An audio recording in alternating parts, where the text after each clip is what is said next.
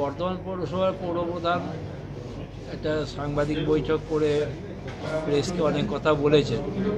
এখন উনি নিজেই পৌরপ্রধান, স্বভাবতই পৌর এলাকায় যদি কোনো অনিয়ম হয় সেটা দেখার দায়িত্ব তার।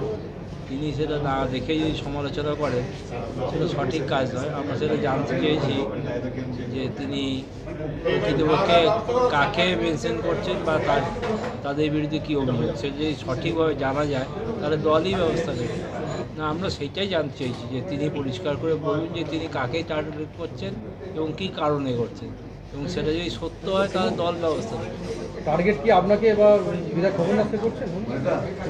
আমি তো বর্ধমান পৌরসভার সঙ্গে যুক্ত নই, খোকনও যুক্ত নয়, অতএব আমাদের টার্গেট করার মতো কোনো স্কোপ নেই।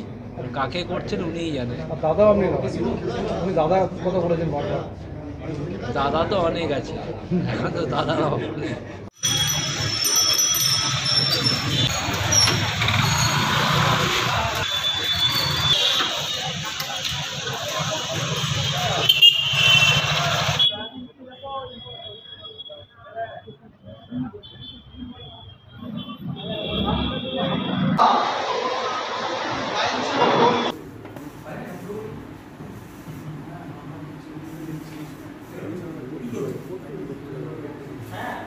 দলের অভ্যন্তরীণ বিষয়।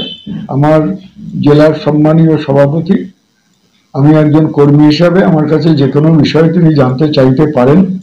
কোনো শোকজ নয়, কোনো কিছু নয়। তিনি কিছু তথ্য আমার কাছে চেয়েছেন, আমি সেটা তাকে অবশ্যই অবহিত করব, যেটা আমার দায়িত্ব এবং কর্তব্য। আমি একজন সাধারণ কর্মী, তিনি জেলার সভাপতি, এই সম্মানীয় সভাপতি তো আমার কাছে জানতে চাইবেনই। কাজেই দলের কথা দলের মধ্যে হবে, দলের অভ্যন্তরে হবে। আমি আপনাদের কাছে এই বিষয়ে কোনো কথা বলবো না। আমি আমার পৌরসভার কাজ আমার মতো করে যাচ্ছি।